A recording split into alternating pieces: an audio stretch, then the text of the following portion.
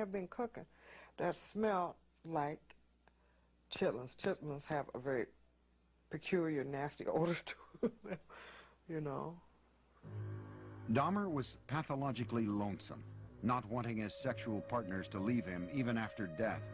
He took keepsake photos while removing their flesh and then preserved certain parts.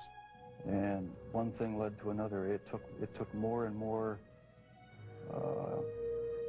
deviant type behaviors to satisfy my urges.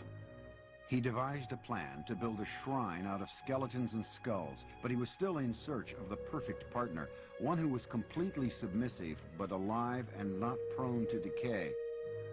On a few still living victims, Dahmer used a power drill to open small holes in their skulls.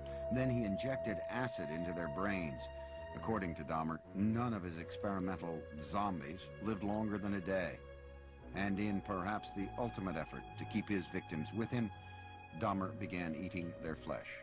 It made me feel like they were a permanent part of me. Besides the just mere curiosity of what it would be like, it made them feel that they were a part of me, and it gave me a sexual satisfaction to do that. Throughout this year of ruthless killing, Dahmer still appeared outwardly normal. In this video, taken at his grandmother's house on Thanksgiving, Dahmer talked calmly with his father. Well, you're looking good. Grandma was saying that she thought that you got quite a bit thinner, but you look fit. I don't know. Well, I've been surviving mostly on McDonald's food. It's just so much easier just to pop into a restaurant. But yeah, like I've said before, it gets too expensive, and it does. I have to start eating at home more. It's amazing how he could sit there and appear like he's, you know, clean cut, nice jacket on, and talking very hopefully about his job, intelligent. It's amazing how much a human being can hide from another human being. But careful as he was, Jeffrey Dahmer was about to run out of good lies. In July 1991, the city of Milwaukee discovered a serial killer, 31-year-old Jeffrey Dahmer.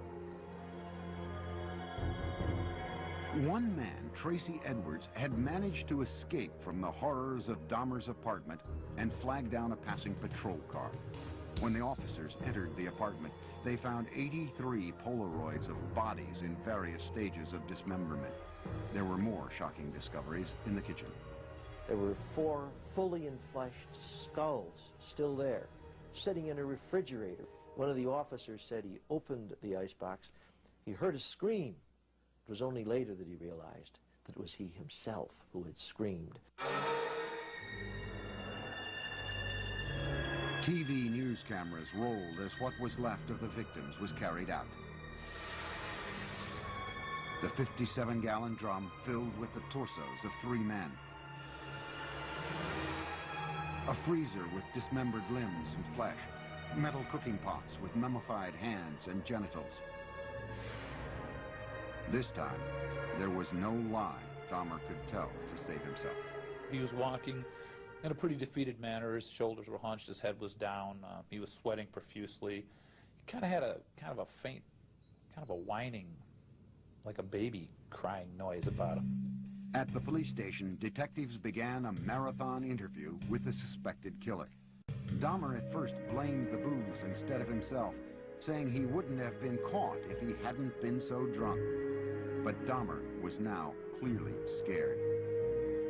The look of terror and almost hysteria that he had on his face in the interrogation room that first night as he was coming down off the alcohol and finally realizing that the gig was up.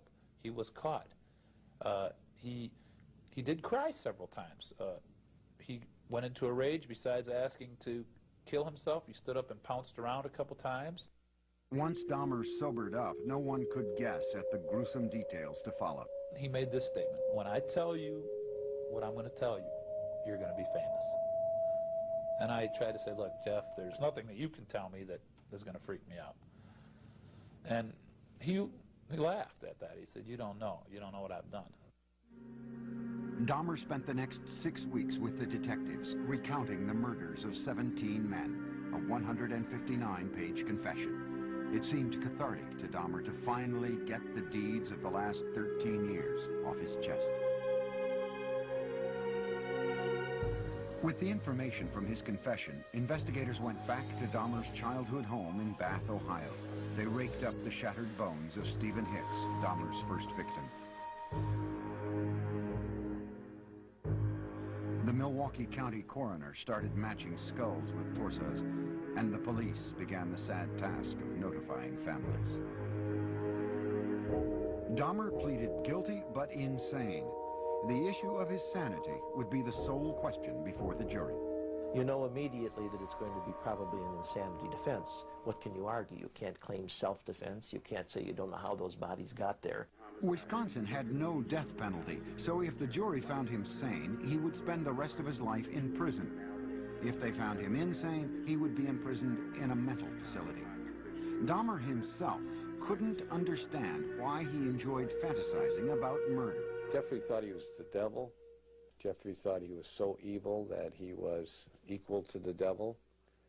And he knew there was something wrong with him, but he didn't know what it was, but he never categorized himself as being insane.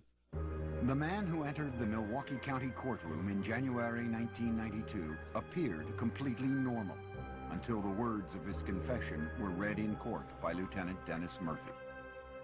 He related this was a person he really liked. He indicated that he had filleted his heart and kept it in the freezer, and he also kept his bicep. He indicated that he had eaten the thigh muscle of this subject, but it was so tough he could hardly chew it. He then purchased a meat tenderizer and used it on the bicep. Dahmer's father, Lionel, sat in the courtroom beside his second wife, Sherry, stunned by what he heard. No one softened the blow for us. No one told us, no one prepared us with any of these details. How could this be? How could I have not known about it? Dahmer's crimes seemed to be devastating proof of insanity. What else could explain the actions of a man who had sex with the dead, dismembered their bodies, preserved their skulls, and ate their flesh, all for sexual gratification?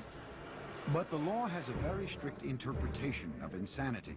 Dahmer's defense team had to prove two things. One, that he indeed suffered from a mental disease, and that it kept him from knowing right from wrong. Necrophilia, a compulsion to have sex with the dead, is recognized as a sexual disorder, but it does not make one legally insane. He argued that the necrophilic drive was such that he could not control it. But we don't accept that in the United States as a defense, no more than we accept a pedophilic drive of the man who wants to have sex with children. Ladies and gentlemen of the jury, I understand you have arrived at verdicts in this manner. In a 10-2 decision, the jury found Jeffrey Dahmer legally sane. Some relatives of Dahmer's victims sat quietly in court, others cried. Prior to his sentencing, they were allowed to express themselves before the judge. Jeffrey, I hate you! I hate you! Jeffrey's out of control! Don't Jeffrey, I kill you!